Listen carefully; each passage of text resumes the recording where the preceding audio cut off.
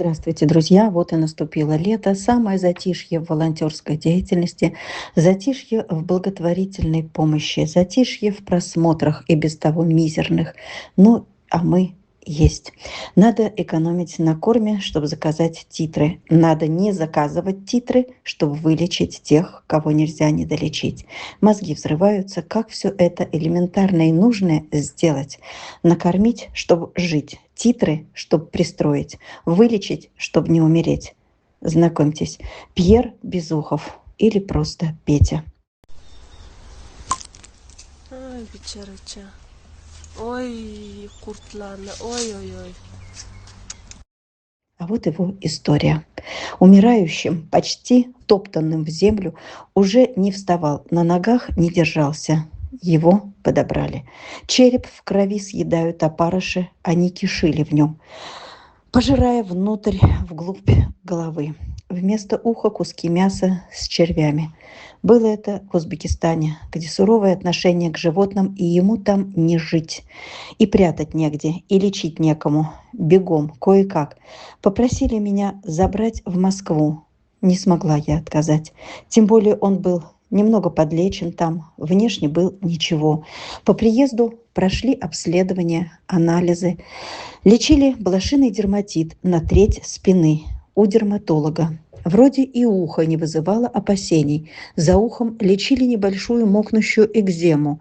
В общем, не все так гладко, как казалось внешне, но результат был неплохой. Дерматит и экзему вылечили. Но что-то в нем было не так. При кожных проблемах кожа и шерсть должны быть идеальны. А у него подшерсток слипался совсем дерьмом, что он прошел и кровь, и мазь, и испражнения. Повели к грумеру, и она посоветовала все это сбрить, чтобы тело задышало. А когда сбрили всю шерсть и мохнатушки вокруг ушей, то увидели сросшееся ухо. Вся ушная оторванная раковина срослась. Вроде-то ухо внутри есть, но снаружи все срослось. Только мизерный проход остался, но, видимо, и он зарастет.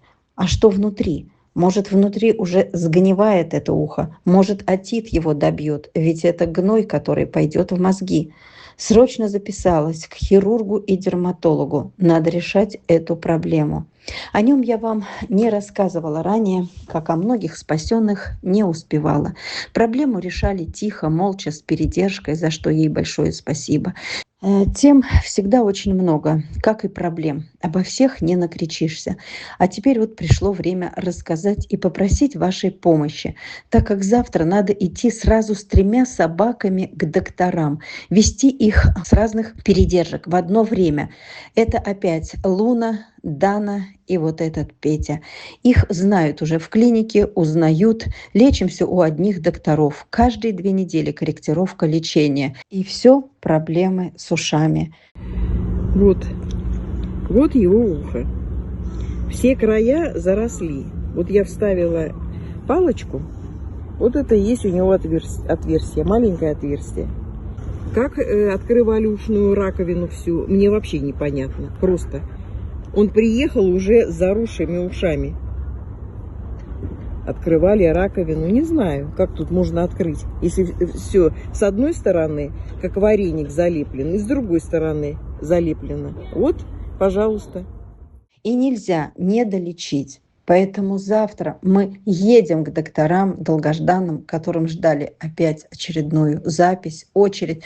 Пожалуйста, друзья, помогите их оплатить, помогите их долечить. Теперь у нас 3 собаки с проблемами ушей. Их нельзя не вылечить, иначе собаки просто погибнут. Друзья, очень нужна ваша помощь, очень. Я тоже устала. Из последних сил обращаюсь.